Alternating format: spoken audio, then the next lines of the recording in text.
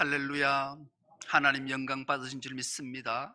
오늘은 종려주일입니다. 종려주일의 의미가 큰 것은 신앙생활하는 우리 모두는 잘 알고 있지요.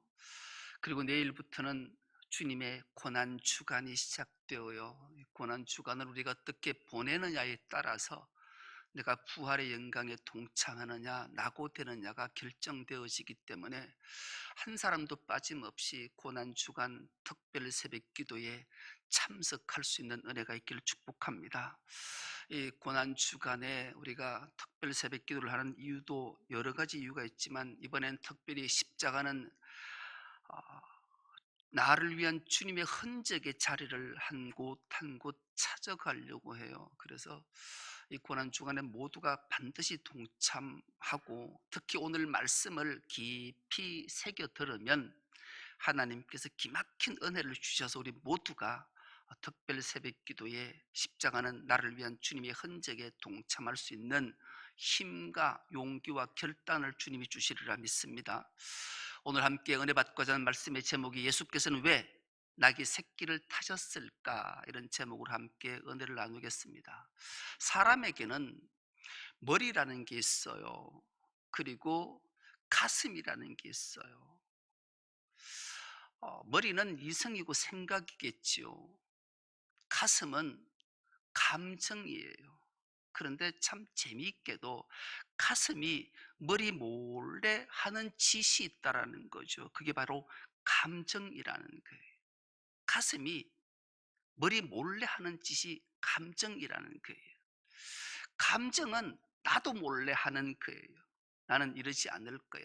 그런데 어느새 내가 감정에 휩싸여서 이런 일들을 하고 있구나에 화들짝 놀라는 거죠. 그래서 이 감정이 나도 몰래 나를 지배해서 반역을 일으키는 게 감정이다, 그렇게 말해요. 예를 들면 그런 거죠. 어, 내가 이런 생각을 하지 않았는데 내가 왜 이런 일을 하고 있지? 당혹스럽게 느낄 때가 있어요. 자기가 전혀 계획하지 않았는데도 내 자신이 그 일들을 하고 있는데 당혹해하고 놀라기도 해요. 그러면 금방 본연의 자리로 돌아올 수 있을 텐데, 여기에 따라하는 게 있어요. 따라하는 게 가장 먼저 눈이 따라해. 눈이 나는 저거 결코 보지 않을 거야 했는데 어느새 눈이 그 보지 말아야 할 것 보고 있어요. 나는 저 자리는 결코 가지 않을 거야. 그런데 내 발이 거기에 가고 있는 나를 발견할 때 우리는 화들짝 화들짝 놀라요. 그 사람이 감정에 사로잡히면 제어하지 못하고 자칫하면 범죄의 길로 빠져드는 경우들이 많아요. 그래서 우리는 자신의 감정을 제어할 수 있는 방법들을 잘 찾아야 돼요. 사람에게는, 아니, 세상에는 존재하는 것들이 되게 많아요. 그렇죠? 수많은 것들이 존재해요. 그런데 유일하게 영적 존재가 세 종류가 있어요. 영적 존재. 첫째는 두말할 것도 없이 하나님이세요. 성부 하나님, 성자 하나님, 성령 하나님은 영적 존재. 요한복음 4장에 말씀하시잖아요. 하나님은 영이시니 예배하는 자가 영과 진리로 예배할지니라. 하나님의 영적 존재. 두 번째 존재는 천사가 영적 존재예요. 그런데 천사 중에는 좋은 천사가 있고 타락한 천사가 있어요. 이 타락한 천사를 성경은 마귀다, 사탄이다, 미혹의 영이다, 귀신이다, 이렇게 정의해요. 마귀와 사탄은 거의 동급이지만 이 하수인 미혹의 영은 하수예요. 그리고 이 미혹의 영이, 마귀가 사탄이 조종하는 하수인들이, 귀신들이 졸개처럼 이 일들을 행하는 일이 되게 많아요. 그리고 세 번째 존재가 사람이 영적 존재. 하나님이 흙으로 사람을 만드시고 그 코에 생기를 불어넣으니 생명이 된지라. 사람은 영적 존재예요. 그러면 도대체 영이 뭔가? 영은 영원히 사라지지 않는 게 영이에요. 죽을 수 없어요. 끊임없이 존재하는 게 영이란 말이죠. 그래서 사람은 죽어서 끝나는 게 아니에요. 천사도 마찬가지고 하나님께서도 그러신 거예요. 이 외에 모든 존재하는 것들은 영이 없으니 죽으면 끝이에요. 동물이 죽으면 저들도 뭐 다른 세계에 가지 않아요. 없어. 죽으면 끝이라니까요. 왜요? 영적 존재가 아니기 때문에 그래요. 세상에 존재하는 것 세 존재는 하나님과 천사와 사람만이 영적 존재예요. 그러니 사람에게는 이성과 가슴이 있는데, 가슴이 머리를 몰래 작용해서 감정이라는 것으로 타락이 혹은 나쁜 걸로 할 때, 이게 감정은 꼭 몰래 하는 거예요. 홀로 하는 거란 말이죠. 함께 하지 않아요. 그래서 이런 말을 하잖아요. 몰래 사랑하고 몰래 울고 몰래 아파하고 몰래 미워하고 몰래 꿈을 꾸고 몰래 계획을 세운다. 감정은 늘 몰래, 가슴이 머리 몰래 해서 이 감정들이 이런 것들을 만들어내요. 그러다 보니까 사랑도 몰래 하게 되고 슬픔도 몰래 하게 되고 아픔도 몰래 하고 기쁨도 몰래, 성공도 다 몰래 한다라는 거죠. 여기에 함몰되어 있으면 홀로 인생을 살아가게 되는 안타까운 사탄의 종노릇하며 살 수 있어요. 이것들이 오늘 말씀을 통해 깨달아져서 우리가 결단하면, 주님이 왜 예루살렘 만왕의 왕으로 입성하시면서 나귀 새끼를 타셨을까? 그 나귀 새끼가 도대체 누구길래? 이 말씀이 깨달아져서 이 고난주간 종료주일을 보내면서 우리 모두가 승리하는 은혜가 있기를 축복합니다. 오늘 본문이 이렇게 시작합니다. 그들이 예루살렘에 가까이 가서 감람산 벳박에 이르렀을 때 예수께서 두 제자를 보내시며, 이렇게 시작해요. 예수께서 이제 공생의 3년을 마감하셔요. 그리고 예루살렘을 향하여 올라가셔요. 지도를 하나 보여줄 건데요, 지도를 보면 예수께서 이제 예루살렘 입성을 하시면서 어느 지역을 거쳐 가시는가. 오늘 본문에는 벳박에만 나오는데 누가복음에 의하면 베다니부터 출발을 해요. 이 감람산 전체가 이렇게 있고요. 감람산에서 동쪽으로 이렇게 보면 예루살렘이 있어요. 예루살렘 성이 저렇게 있어요. 감람산 뒤편에 베다니가 있어요. 이 베다니 하면 우린 기억나는 인물 하나가 있어요. 예수님의 친구 나사로와 그의 누이 마르다와 마리아. 근데 기막히게 베다니라는 지형이 병자들의 집, 고통받는 자들의 집, 슬픔의 집, 이런 뜻을 가지고 있어요.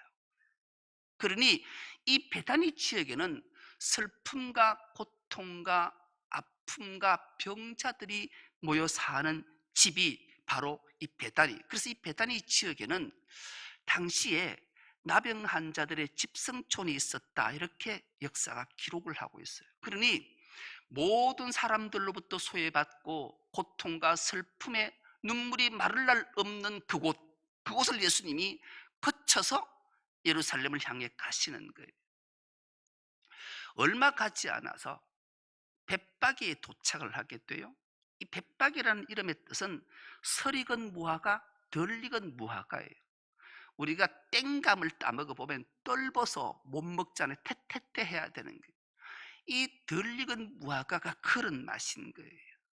그리고 특별히 덜 익은 무화서 떫어서 먹지 못하는 무화과가, 무화과는 1년에 2차례 열매를 맺는데 2월에서 3월에 맺는 무화과는 상품 가치가 없어서 따지 않아요. 버려둬요. 왜요?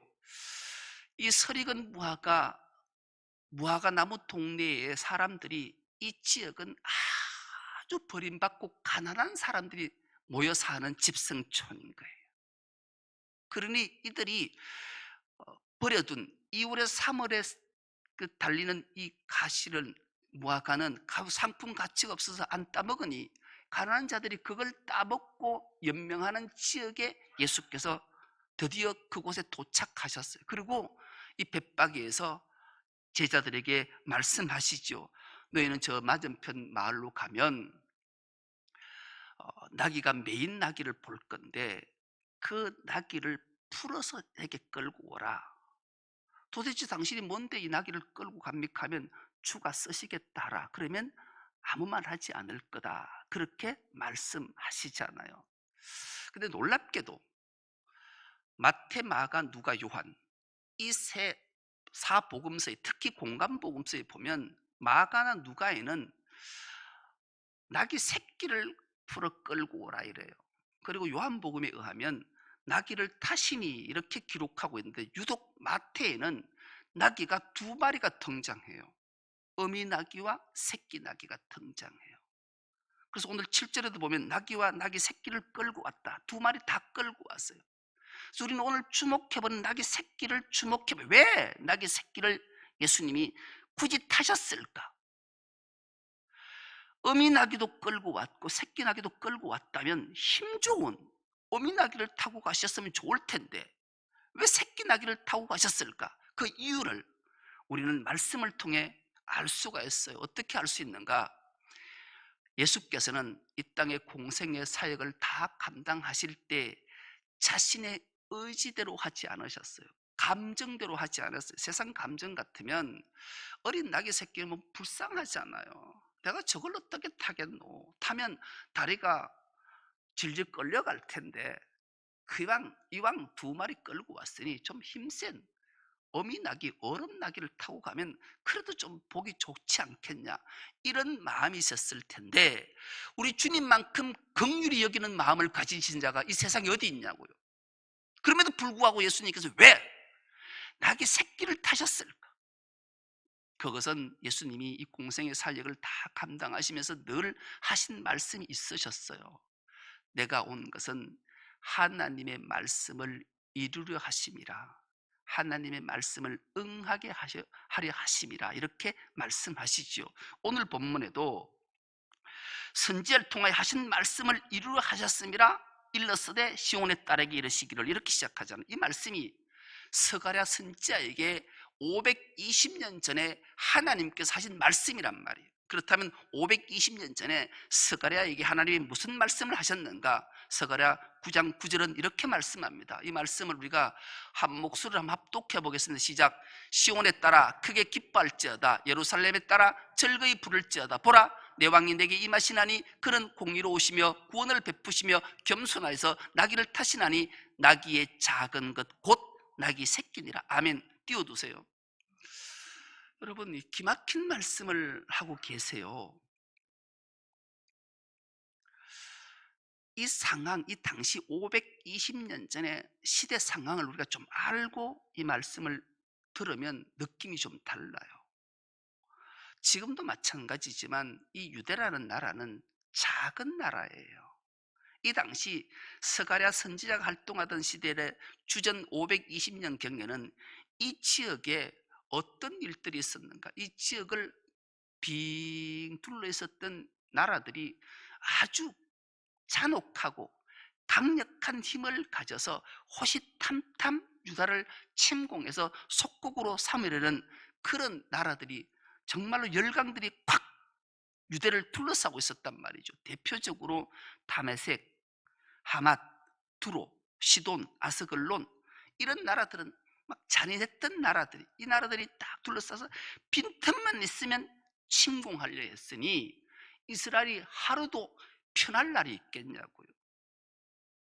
이때에 스가랴 선지자가 외쳤던 말이 시온에 타라 크게 기뻐할지어다, 예루살렘에 따라 즐거이 노래 부를지어다. 보라, 내 왕이 내게 임하시나니 그는 공의로우시며 구원을 베푸시며 겸손하여서 나귀를 타시나니 나귀의 작은 곧 나귀 새끼니라. 이러면 이야, 역시 우리 주님은 우리를 돌보시는가, 이렇게 생각했을까요? 여러분, 지금 불안하다니까요.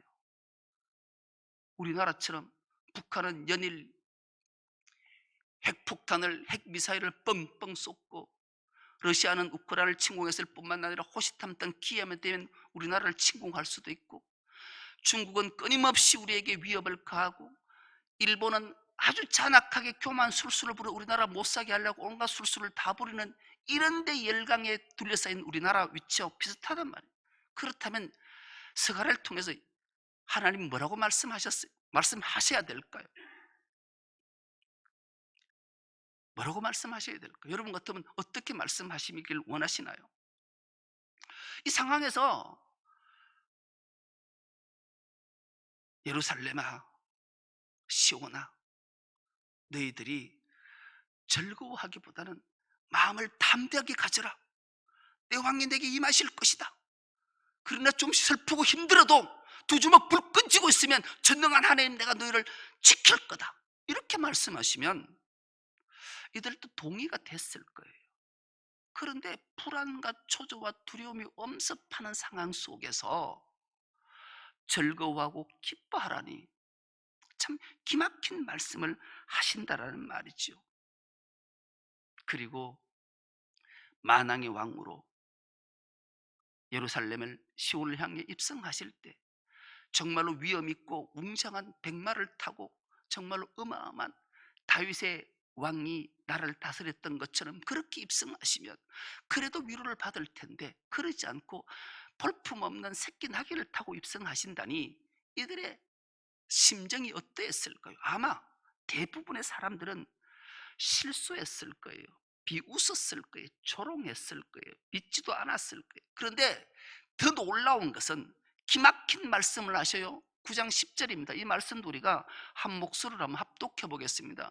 스가랴 9장 10절의 말씀입니다. 시작. 내가 에브라임의 병거와 예루살렘의 말을 끊겠고 전쟁하는 할도 끊으리니 그가 이방 사람에게 화평을 전할 것이요 그의 통치는 바다에서 바다까지 이르고 유브라데 강에서 땅 끝까지 이르리라. 아멘. 이것도 띄워두세요. 그것만 해도 속에 천불이 날 것 같은데 감정이 막 복받쳐 오를 것 같은데 그나마 겨우 갖고 있는 에브라임의 그 용맹성, 에브라임의 병거, 예루살렘의 기병말, 전쟁하는 활.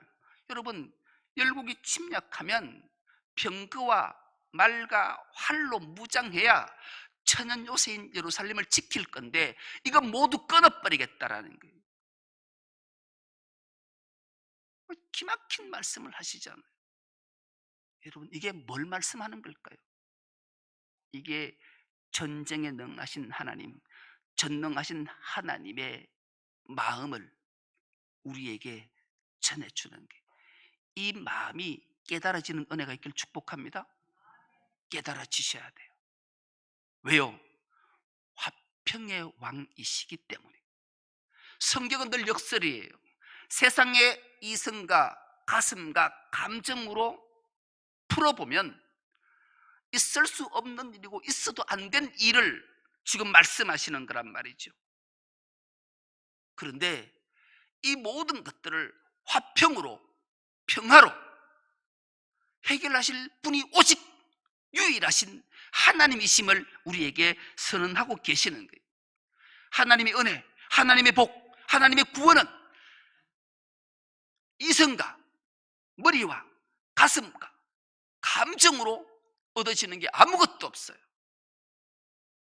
다 하나님의 은혜. 세상의 가치나 세상의 기대로 오지 않는단 말이에요. 하나님의 은혜가, 십자가 은혜가, 십자가의 복이, 우리를 구원하신 하나님의 능력이 세상의 가치나 기준으로 찾아온 적이 있으셨나요? 없어요. 세상은 믿지도 않지만 믿으려 하지도 않는 기막힌 은혜로 나는 한 것이 아무것도 없는데 내 자신을 들여다보면 하나님 앞에 서면 하나님께 징계를 받아 영원한 지옥 형벌에 떨어져야 될 나에게 하나님은 나 같은 죄인을 사랑하셔서 나를 살리시려고 십자가를 지시고 나에게 은혜를 베푸셔서 나를 복을 주시고 나를 구원해 주신 그 하나님은 세상의 가치나 세상의 판단으로 세상의 기대로는 결코 상식에 맞지 않는 것으로 우리에게 복과 은혜와 구원이 임했다라는 것을 말씀하시는 게 이것이 깨달아지고 믿어지는 은혜가 있길 축복합니다. 그래야 성경의 역사를 알게 될 때 감격하게 되는 거예요. 그 세상은 하나님을 믿지 않는 자들은 조롱하는 거예요. 질시하는 거예요. 조소하는 거예요. 저것 봐라. 말도 안 되는 데저 있는 것, 몸, 물질, 마음 다 갖다 바친다. 저 정신이 무슨 정신으로 사노? 세상은 그런 거예요. 코로나가 2년 반 동안 지속되잖아요. 이제는 웬만큼 오늘 보니까 더 많이 회복된 것 같아서 감격해요. 하나님께서 오늘 종료주일에 우리의 마음을 이 자리에 예배 자리로 부르신 것 같아요. 너무 감사해요. 코로나19가 팬데믹 상태에서 이 위드 코로나를 이제는 뭐 일상으로 회복을 시켜주셨지만 세상 사람들은 너 교회 가지 마라. 교회는 코로나 걸린다. 코로나 걸린다. 킬 난다. 킬 난다. 그 안 왔잖아요. 안 온 사람 아직도 있어요. 세상은 그런 거예요. 얼마나 가슴이 아픈지 몰라요. 여러분, 우리는 영적 존재예요. 죽어도 죽을 수 없는 존재, 영원히 존재하는 게 영적 존재란 말이에요. 내가 죽고 싶어 죽어지는 게 아니에요. 그래서 우리는 하나님 앞에 어떤 예배의 목숨을 걸어야 되고, 왜 하나님을 영과 진리로 예배해야 되는지 기억해야 돼요. 하나님은 병거말 할 다 끊어버리고 그것도 낙의 새끼를 타고 예루살렘에 입성하시는 거예요. 모든 무력을 다 쓸데없게 만들고 평화로 임하시는 것이 복음의 능력인 줄 믿습니다. 하나님의 능력을 선포한 것인 줄 믿습니다. 이것이 믿어지고 결단하는 은혜가 있기를 축복합니다. 그럴 때 하나님은 우리를 통해 놀라운 역사를 만들어내시는 거예요. 여러분, 이제 제자들이 주님의 명령을 받고 가서 나귀와 나귀 새끼를 끌고 오잖아요. 그리고 이제 나귀 새끼를 타고 이렇게 가는 모습 보면 사진을 찾다가 못 찾았어요. 못 찾았는데 아마 저건 어미 나귀를 탄 것 같아요. 보통 나귀 새끼의 폭이 한 70cm쯤 된다 그래요. 그럼 70cm를 타면 다리가 바닥에 걸려요. 나귀가 예수님을 태워서 가는 게 아니고 내가 나귀를 이래 안고 들어서 가는 그 형상으로 쭈뼛쭈뼛 가는 모습이니까 얼마나 우스꽝스러운 못이 되겠다고요. 그런데 대다수의 무리는 겉옷을 길에 펴고 나뭇가지를 베어 길에 펴고 앞에서 가고 뒤에서 따른 무리가 소리 높여 이러지 않습니까? 호산나 다윗의 자손이여 찬송하리로다. 주의 이름으로 오시는 이여 가장 높은 곳에서 호산나 하더라. 호산나는 우리가 잘 기억하잖아요. 지금 나를 구원하소서. 대다수의 무리들은 머리와 가슴과 감정으로 주님을 맞이해요. 그들은 계시된 하나님의 말씀, 영적 말씀을 깨닫지 못하기에 이렇게 영접하지만 분위기에 휩싸여서, 대세에 휩싸여서 대의는 잊어버리고 영접하다가 그들이 감정을 충족시켜 주지 못하자 여지없이 제자를 십자가에 못 박으라고 외쳤던 무리들. 오늘 우리가 신앙생활하면서 이런 모습으로 신앙생활은 결코 해서는 안 돼. 영적 존재라는 것을 결코 잊어서는 안 돼. 왜? 주님이 만왕의 왕으로 예루살렘을 입성하시면서 베다니와 벳바게와 감람산 겟세마네 동산을 지나서 예루살렘 성으로 입성하셨는지를 늘 기억하면서 사셔야 돼요. 세상으로부터 버림받고 고통받고 아파하고 슬퍼하고 신음하는 자들을 구원하시기 위해 이 땅에 오셨음을 우리에게 알게 하시고 마땅히 교회된 우리가 이 삶을 살라라고 성경에 기록하고 말씀하시는 거예요. 여러분, 교회는, 하나님 나라는 세상이 주목하지 않는 곳에 눈과 마음을, 믿음을, 신앙을 이곳으로 돌리라고 말씀하시는 내용이 이 오늘 본문의 말씀인 걸 꼭 기억하는 은혜가 있기를 축복합니다. 그 마태는 이걸 알았어요. 그리고 나귀와 나귀 새끼를 풀어서 주님 앞에 가지고 왔고, 주님은 그 중에 나귀 새끼를 타셨던 거예요. 왜 주님이 그렇게 나귀 새끼를 타셨는가? 그 풀이를 마태만 기억하고 성경에 기록했어요. 그 기록한 내용이 마태복음 11장 29절에 30절 말씀입니다. 이 말씀 우리가 한 목소리로 합독해 보겠습니다. 시작. 나는 마음이 온유하고 겸손하니 나의 멍에를 메고 내게 배우라. 그리하면 너희 마음이 쉼을 얻으리니 이는 내 멍에는 쉽고 내 짐은 가벼움이라 하시니라. 아멘. 주님이 왜 나귀 새끼를 타셨는가? 나귀 새끼는 두말할 것도 없이 우리 자신 나를 지칭하는 말씀이에요.